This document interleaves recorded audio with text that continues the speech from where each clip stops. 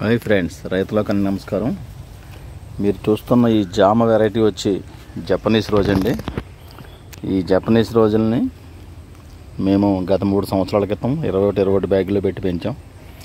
Japanese రోజు ఇగోండి ఇంత స్టిక్నెస్ బాడీ తయారయ్యేసరికి ఇది కాండం మీద కాసి రకం అనమాట. చూడండి, ఇక ఫ్లవరింగ్ వచ్చి ఎలాంటి కొమ్మ మీద ఫ్లవరింగ్ వచ్చిందో చూసుకోండి. అందరూ జామ కొమ్మలో సుతల్ని సిగ్గుల్ని చూస్తారు. ఇవి చూడండి మీరు, ఈ కాపు ఇలాగండి. ఇలా ముదిరిన కొమ్మలకు మాత్రం కాదనమాట అండి. ఈ కాసినప్పుడు మనం ఏం చేయాలంటే ఇందులో కొన్ని కాయలు ఉంచి కొన్ని కాయలు కట్ చేసినట్లయితే మంచి సైజు వస్తాయన్నమాట. అన్ని కాయలు ఉంచేస్తే చిన్న సైజు ఉండిపోతాయండి. కానీ జాంకాయలు సపోజ్ 20 కాయలు చెట్టుకుంటే దాదాపు 10-12 కాయలు ఉంచుకుని ఉన్న కాయలు కోసి కింద పడేయాలి. కొంచెం వంకర డెంకరగా ఉన్న కాయలు, బాగోలేని కాయలు, అందంగా లేని పిందులు ఉంటాయి కదండి, వాటిని కోసేసినట్లయితే ఉన్న కాయలు బాగా బలంగా దృఢంగా తయారవుతాయి అన్నమాట. మనం ఏం చేయాలంటే సర్వసాధారణంగా జామకాయ ఇలా వచ్చింది కదా, ఈ సైజు ఇదిగోండి. ఇలా వచ్చేసరికి మనం జాగ్రత్తగా కవర్ ప్యాకింగ్ కంపల్సరీ చేయాలన్నమాట అండి. ఈ సైజు నుంచే కవర్ ప్యాకింగ్ అనేది మస్ట్ అండ్ షుడ్గా చేసుకోవాలి. ఈగల బారిన పడకుండా ఉంటుంది. ఈ కాయ ఉంది కదండి, ఈ కాయ నుంచి కరెక్ట్గా 4 ఆకులు లేదా 6 ఆకులు ఉంచండి. ఇక్కడికి కట్ చేసుకోవాలన్నమాట. ఈ కొమ్మ కట్ చేసేయాలి. ఈ కొమ్మ కట్ చేసేయడం వల్ల ఏంటంటే కొమ్మ నుంచి ప్రయాణించే సారం అంతా కూడా ఈ పైకి రాకుండా ఇక్కడికి ఆగిపోయి కాయకి అందుతుంది. కాయకి అందడం వల్ల కాయ బాగా తయారవుద్ది అనమాట. లేదనుకోండి ఈ కొమ్మని పోషించాలి, ఈ కాయని పోషించాలి. కాబట్టి అదే బలం కాయకి అందుతుంది. లేదనుకోండి రెండింటికి పంచుకుంటాయి. కాబట్టి ఎప్పుడైనా సరే కవర్ ప్యాకింగ్ చేయగానే ఆ కొమ్మ పై ఎత్తు కొమ్మ ఇక్కడికి కట్ చేసి తీసినట్లయితే ఈ కాయ బాగా ఊరి సైజు తయారవుద్ది అనమాట. ఆ రకంగా జామని పెంచేవాళ్ళు అందరూ కూడా కంపల్సరీ పెంచుకోవాలి. అలాగే నెమటోడు ఇబ్బంది బాగా పెడుతుందండి జనం అందరినీ, రైతుల్ని. భూమిలో నెమటోడు ఎక్కువైపోయింది. నెమటోడుతో ఉన్న మొక్కలు సరిగ్గా పెరగట్లేదు, పూతలు పిందులు కూడా రావట్లేదండి. అంటే వేరు వ్యవస్థ భూమిలో పాడైపోతుంది. అది మన కంటికి కనపడిన ప్రక్రియ. దానికి ఇప్పుడు ప్రజెంటు మన హైదరాబాద్లో నీమ్ జాబ్ అని చెప్పేసి ఒక రకమైన కెమికల్ ఉందండి. అది కెమికల్ కాదు, ఒక రకంగా చెప్పాలంటే ఆయుర్వేదానికి సంబంధించిన రకం ఇది.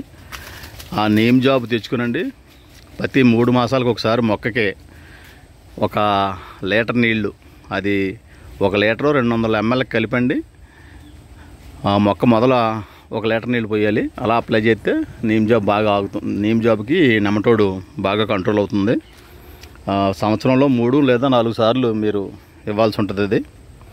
కాబట్టి జామ పెంచే రైతులు ఇప్పుడు నేను చెప్పిన విషయాలని కొంచెం పరిగణలోకి తీసుకుని చేసుకున్నట్లయితే కొంచెం నష్టం జరగకుండా జామను బాగా పెంచుకోవచ్చు. ఇది జపనీస్ రోజు గోవా అండి. ఇది జపనీస్ రోజు గోవా కాబట్టి ఇది కూడా మంచి జామల్లో అద్భుతమైన జామ. ఇప్పటికే చాలామంది మా మిద్దె గార్డెన్ వేవర్స్కి, టెర్రస్ గార్డెన్లకి పంపడం జరిగింది. వాళ్ళంతా కూడా అక్కడక్కడ పండించుకు తిని మాకు పోస్టులు పెట్టారు. మీరు ఇచ్చిన జామ చాలా బాగుందండి, అద్భుతంగా ఉంది అని చెప్పి.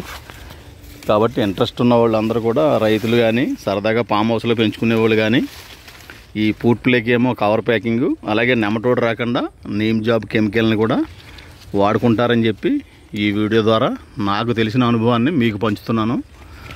నేను నీమ్ జాబ్ బాగా ఇచ్చానండి ఈ సంవత్సరం. ఈ మొక్కలకి బాగుంది. మీకు ఆ డబ్బా కూడా ఎలా ఉంటుందో చూపిస్తాను. నీమ్ జాబు వాళ్ళు ఫోన్ చేస్తే మీకు ఆన్లైన్ సర్వీస్లో వాళ్ళు కొరియర్లో పంపుతున్నారు నీమ్ జాబ్ కంపెనీ వాళ్ళు. కాబట్టి కంపల్సరీగా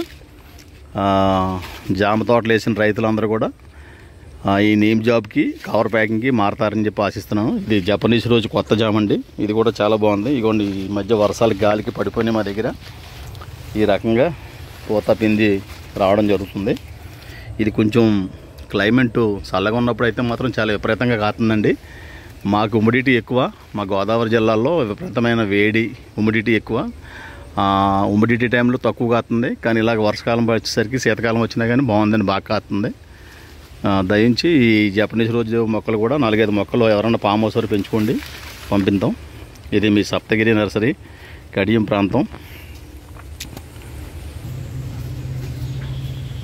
చూడండి ఫ్రెండ్స్, ఇది నీమ్ జాబ్ అండి. ఇది ఈ నీమ్ జాబ్ ఈ ఫోన్ నెంబర్లో మీరు సంప్రదించి రైతులు వీళ్ళతో మాట్లాడి తెప్పించుకోవచ్చండి.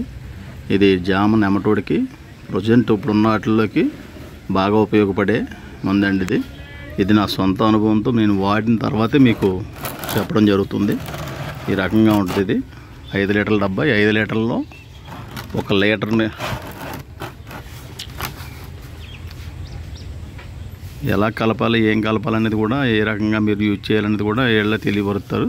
దయించి అందరూ కూడా ఈ నీమ్ జాబ్ను ఉపయోగించుకుంటే ఏరుకాయ అలాగే నెమటోడ్ని కంట్రోల్ చేసుకోవడానికి బాగా ఉపయోగపడే మెడిసిన్ అండి ఇది.